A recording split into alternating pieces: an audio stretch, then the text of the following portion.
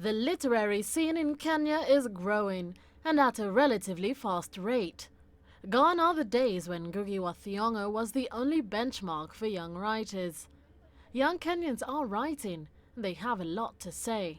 There's a lot of satire they write about, they're funny things, they write like Chimamanda's book, okay, it's a bit about him as well, but he gets out and he tells you you learn a lot about the country itself, what it is, and other books as well. If you see Dust, written by a war, sorry.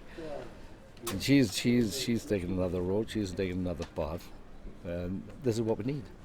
As Kenyans put pen to paper or fill their various electronic devices with notes of expression, one thing stands out. With a population of 40 million and a high literacy rate, Kenya still lags behind the bigwigs like Nigeria and South Africa. My favorite so far is Chimamanda because I just think her style is very interesting. She's fun to read. Every other Nigerian girl writing now, you can see that every third month there's a new name cropping up, new book cropping up. We get them, we do well with them. But then, see, I don't know if it's all done because of business. Nigerians, now look at their population, right? And this could be all commercial because the publishers probably make a lot of money. All they have to do is sell 1 million copies of their books. The only problem I may have with them, many of them, is that they want to be very successful very quickly. You write one book or two, and then you are on top of the world. This is not what it is. A few years ago, what began as a community of artists and writers sharing work on an online platform turned into Kwani, an institution that develops literary arts in the country, publishing several fiction and non-fiction books outside its flagship literary magazine of the same name. However, many argue that Kwani is not enough, and that the government needs to facilitate institutions to develop and train writers to curb poor editing and over-reliance on donor funding. I think folks need to take a cue from Kwani and organizations like that to support your local bookstore, your authors, and these are cultural workers, and who are they cultural workers for, if indeed not you? So why is there an absence in supporting these artists in what they do?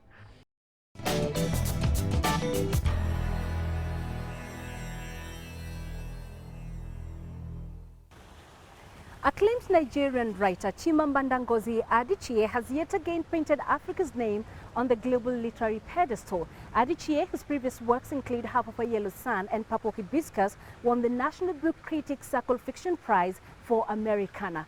Many African greats have preceded her, but African writers are as diverse as the continent itself. Professor David Mailu, a renowned Kenyan author, offers a glimpse into this diversity, depth and richness of African literary thought. Welcome to Talk Africa. I'm Penina Karibe.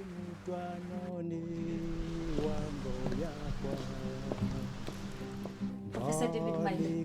Thank you. Thank you. Welcome. Thank you very Yeah, much. this is my wife, yes. Nice to meet you. Yes. It's a lovely home you have here. I love especially the paintings behind you. Thank you very much. Yes. I do paint. I play the guitar, and I can entertain you. Is there anything you can do? There are many Just things a we little can. bit about the paintings. Do you do this commercially? No, I don't. I didn't do that commercially. I did that actually this 1976. And you mentioned about the guitar. Yes, that one. This, by the way, this guitar I got it from my mother-in-law.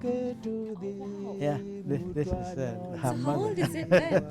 Now, when did I get that? We got this 1972. Was it true? Yeah, from Germany. Before this, I had been playing my own self-made guitar band, so I have kept it.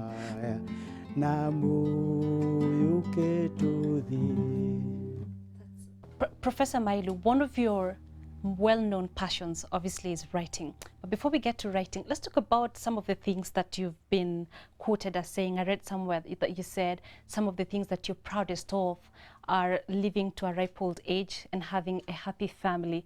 What are some of the family values that you hold dear? The family values are the best you can do in living together, and the life is a composition of many things.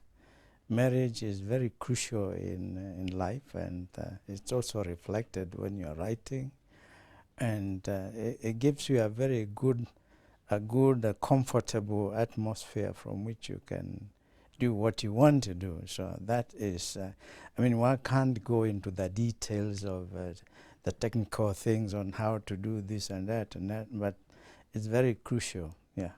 And would you say that some of these family values are reflected in your work? Well, yes. You don't write it from a vacuum, really. Writing, like painting, like doing anything, is a reflection of your work, but of your living. But you don't live in out of the context of the world. So it is you within the community in which you live. So there is a reflection of yourself as much as the reflection of the society in which you live.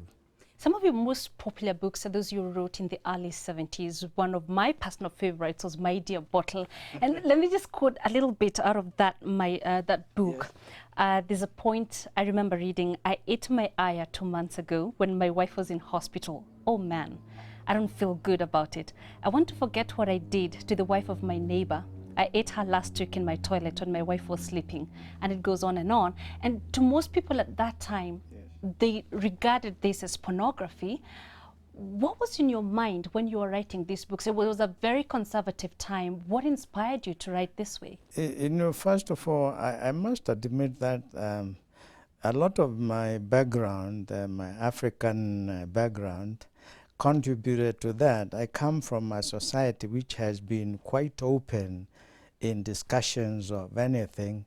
So, and during that time, that was a kind of language you would find in people talking very leisurely. It's only that they become a little more concerned when you put it in writing.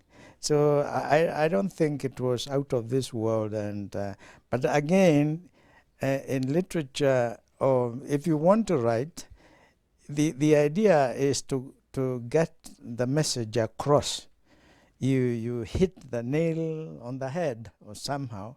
And writing that kind of language, the way people live, and behind that, of course, there are other serious things about it. So with regard to misinterpreting that to mean it's one side of literature and the other, that was other people's way of looking at it, but it did please very many people. Indeed it did. I remember reading My Dear Bottle while I was a very young girl and hiding under the desk while reading it so nobody sees me. But I just was curious to know, did this kind of writing change in any way how people looked at you socially? Well, when you write, first of all, you are seen through many interpretations.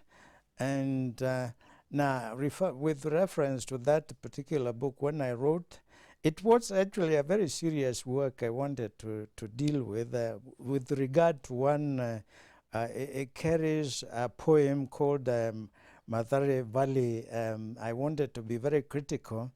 But somehow I went around the subject and thought, let me create Untrunkard and let the drunkard say whatever I want to say and then put across the message. So I did that and it was very successful. It was at a later stage that people began to read me between the lines and say, hey, by the way, this is a very serious thing. I remember the first person who reacted to that was Ayekwe Ama. At that time, he was teaching the University of Lesotho somehow. and they were reading and studying the work, and they saw it. See, they saw that from a very serious point of view, while people were beginning to say, that's a very cheap way of looking at it. And but I put the message across. I said all the things that I wanted to say, and got away with it. So I used the character I created. I created a drunkard, and I must admit, as I might have mentioned at one stage, that I'm non-alcoholic. I've never taken alcohol in my life, but I do know human behavior. At a time when you did these books, the African society was very conservative. In fact, if I remember very well, some of those books were banned by the Kenyan government. And now we're seeing Africa getting liberalized, so to speak. People can access information, be it pornography or whatever other kind of information through the media, internet and all. And so some people would say this perhaps would be the time for you to have done books such as After 4:30 and My Dear Bottle. But instead now we're seeing you going into children's book and the African Bible, which we'll talk about a little later. Why do you always seem to go against the grain? No, it's not going against the grain. I tell the story the way it comes to me. I don't, I can't say that I'm doing anything different from what I did at that time. First of all, as a writer, you have to consider the society you are dealing with. Well, we were dealing, and that society, the society of 1970s, and there were a few readers, and then I started off by, trying to address one problem. They used to say that Africans are not, don't like reading or something like that, and if I was based on being published by other publishers, I wouldn't. The good part of it was when I wanted to publish that stuff, I had my publishing house. So Books Limited was my own publishing house, so I could publish what I wanted to publish, and what we are trying to say now, at a later stage, people become more liberated, and I would say then I was ahead of their time. And today, if you read a little book like the one I did, Unfit for Human Consumption, which made people laugh very, very loudly, you read it and it doesn't. I don't think it says what people saw at that time. I was quite open. Today, the television, other places are so open that you say, oh, so what is it?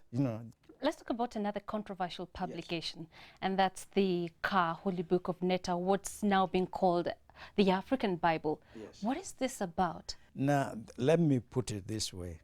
African religion is perhaps the oldest religion in the human history. If we go by the fact that, as science is beginning to say, that the human race started in Africa, then we are talking about a religion which is very, very old. The only thing which has been missing is a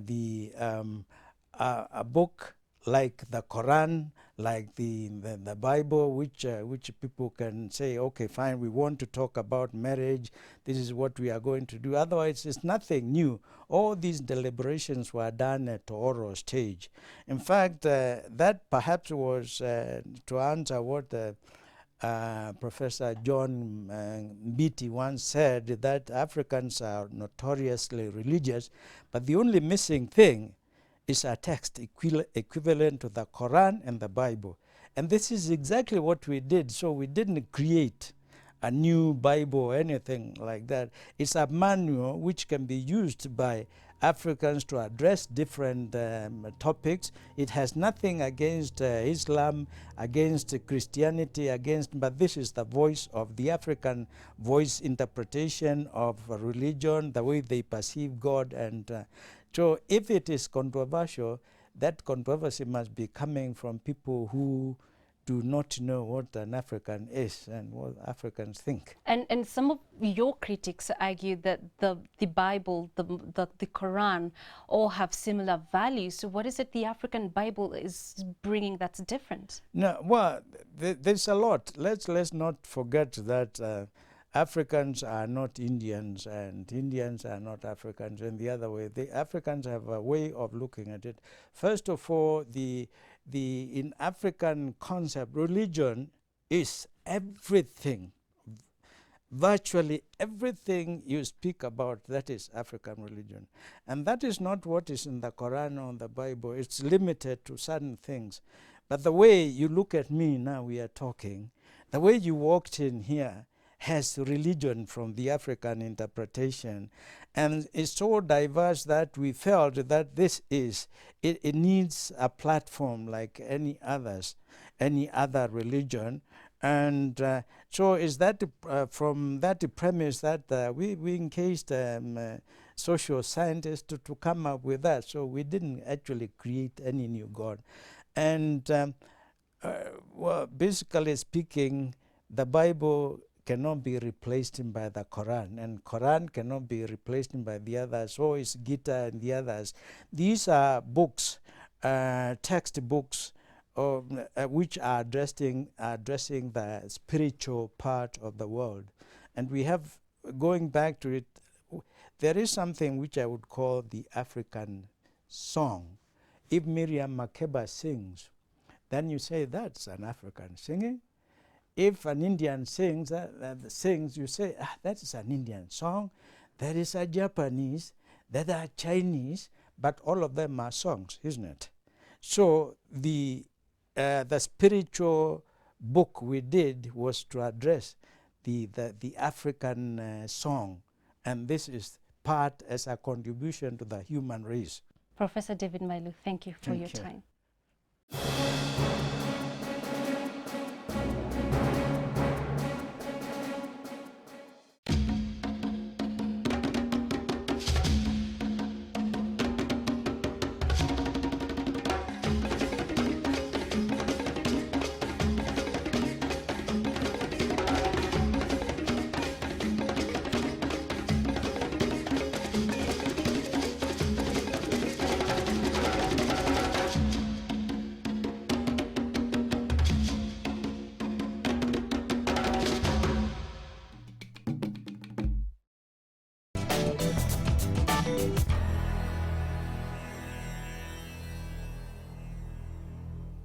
Welcome back to Talk Africa. Is the African literary scene experiencing a generational change? And is the context in which the African story is being told changing? Mbugwa is a budding author and journalist in Nairobi. He joins us for this discussion. Mbugwa, thank you for meeting us today. You're a well-known writer. Just take us through some of the books you've done and what they're about. I've written 11 books. 7 of them are published by mainstream Kenyan publishers, and 4 I have self-published myself. 2 of the books that I have self-published have won awards. Like we have The Terrorist of the Aberdare.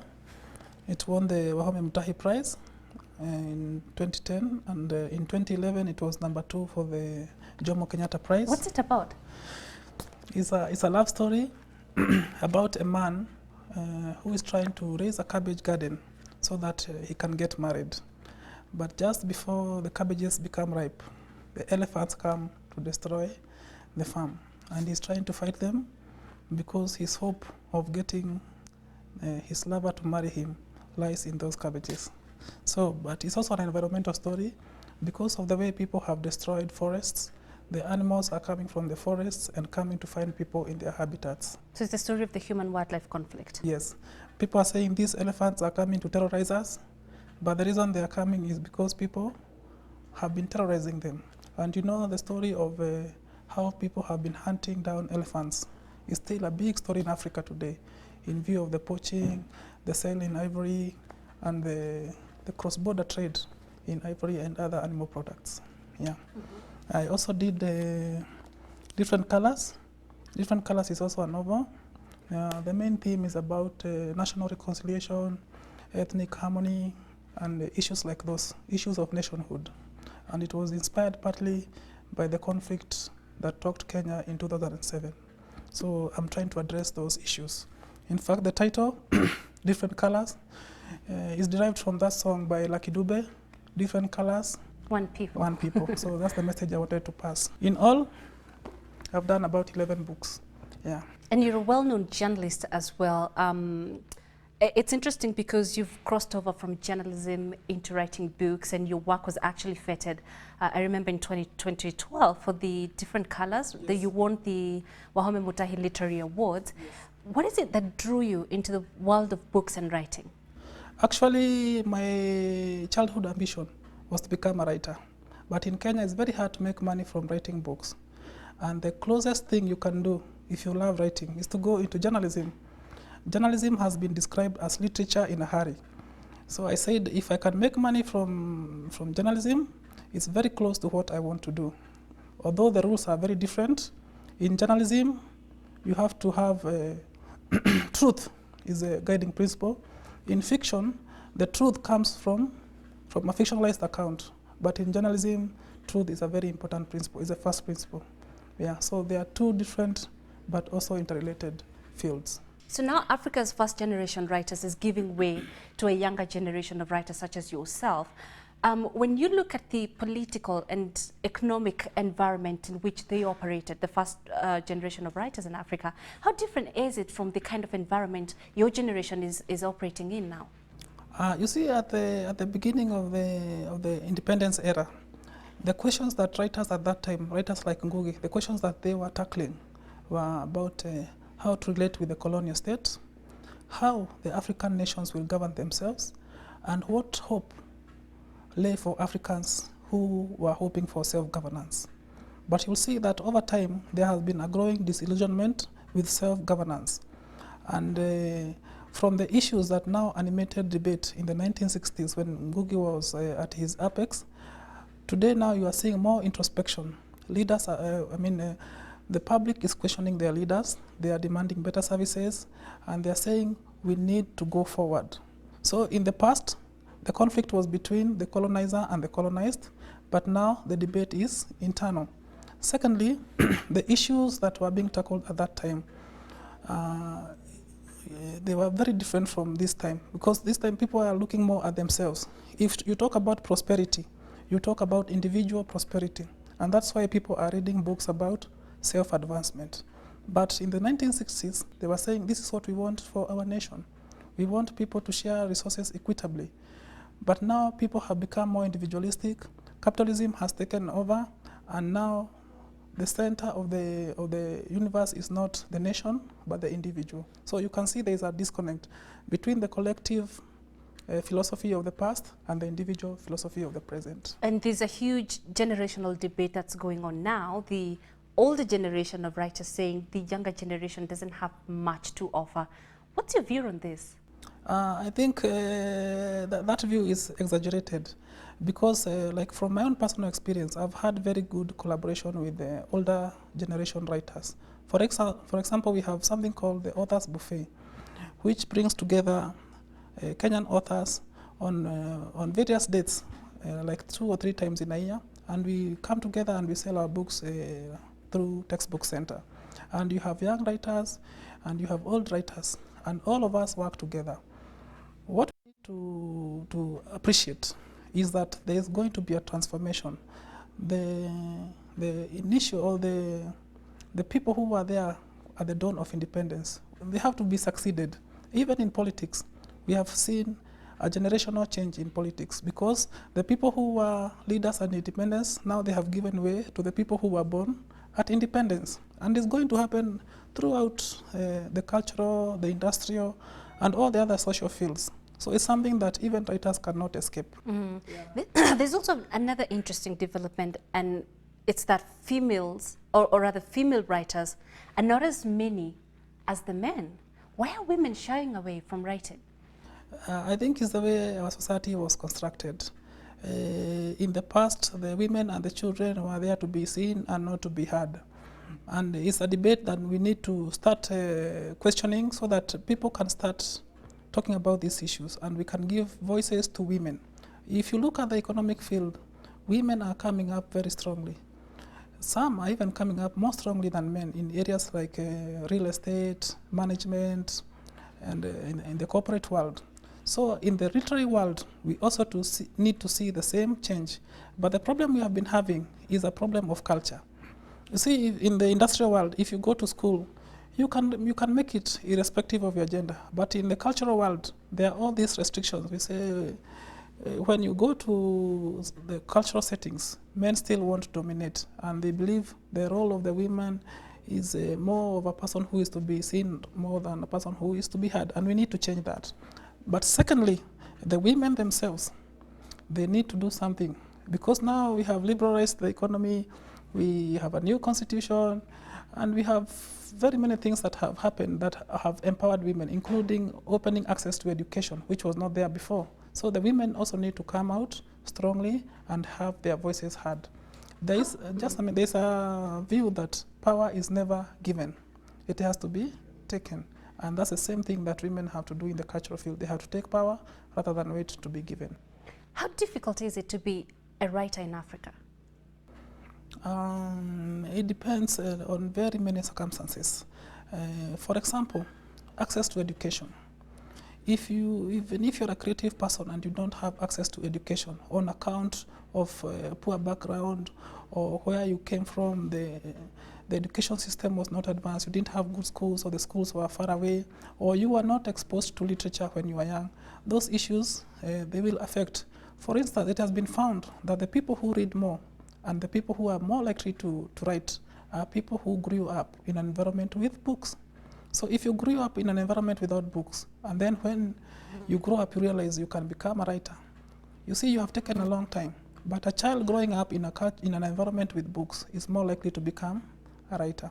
Actually, one of the reasons I became a writer myself is because I used to hear my grandmother and my great-grandmother telling us stories when I used to go to the village for holidays. But when I was in the town, my mother would buy me storybooks. So I would read storybooks when I'm in town. When I go to the village, I hear the traditional stories. So for me, it set the background. Do you think there's a reading culture in the continent? I believe there is. Otherwise, we would not be in this business. And one of the things that I've been saying is that with the introduction of the free primary education, in the first year, we had 1.2 million children going to school. 8 years later, they will be leaving. They have left study 8. So you are seeing every year we have more than 1 million children entering school, which means that literacy levels are going to increase. And these people are going to require reading materials. If we don't write for them, they will read foreign books. The way we were brought up reading Enid Blyton, the Hardy Boys, and books like those. But if they have more Kenyan writers that they can read, it will be good for everybody, because the Kenyan writers understand their situation, so they can combine the Kenyan books and the foreign books. Yeah. But there's also an argument being advanced that, yes, there is a reading culture in Africa, but there's a shortage of writers. Is this a view you agree with, and why, if so? I wouldn't say there's a shortage of writers. I think what is happening is that there's a disconnect in the market, and it's a disconnect that I myself and other people are trying to rectify. You find that publishers in a country like Kenya, they only want to do books for the school market. And you see, in Kenya, the population of people in schools is 15 million. The entire population is 40 million, which means there are about 25 million people outside schools. But the publishers are not writing books for them. The only people who are writing books for those 25 million are self-published authors like myself. But they have a problem because they cannot reach all those 25 million people. What we have been advocating is for publishers to start marketing books targeting adults. And the reason I say this is because if you look at the kinds of books that Kenyans are reading, they're reading American novels, they're reading European novels, and they're reading European and American motivational books. Why? Because we have not created those similar books for them in this market.